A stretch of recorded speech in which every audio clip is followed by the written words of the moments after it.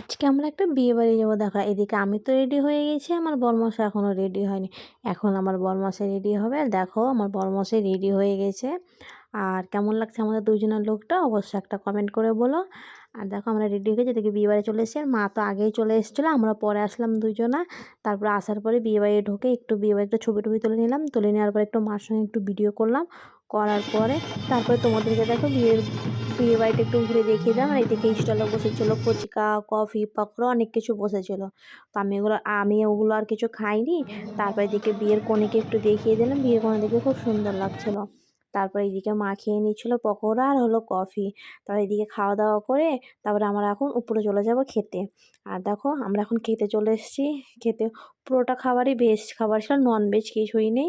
তো তারপরে প্রথমে দিয়ে দিয়েছিল ছোলার ডাল আর হলো কলাইচুরের কাচুরি, স্যালাড, এগুলো অনেক কিছু দিচ্ছিল। তারপরে ছিল পোলাও, পনির, বেগুনি, আলুর দম, অনেক কিছু ছিল। অত খাবার বলতে পারছি না, আমি ভুলে গেছি। তো খাবারটা খুবই সুন্দর হয়েছিল। দেখো এখন খাওয়া দাওয়া কমপ্লিট করে তারপরে চলে এসেছি নিচে। আর নিচে দেখি পুচকু সোনারা সব চলে এসছে। তো আসার দিদিরা সবাই চলে এসছে, ওদের সঙ্গে একটু দেখা করলাম। দেখা করার পরে দেখো পুচকু সোনা কান্না করছে আমার কোলে কি। এদিকে ছবি তুলে দিলাম দুই মাসি, মানে মা আর মাসির। আর এদিকে এগুলো দিদিদের একটু ছবি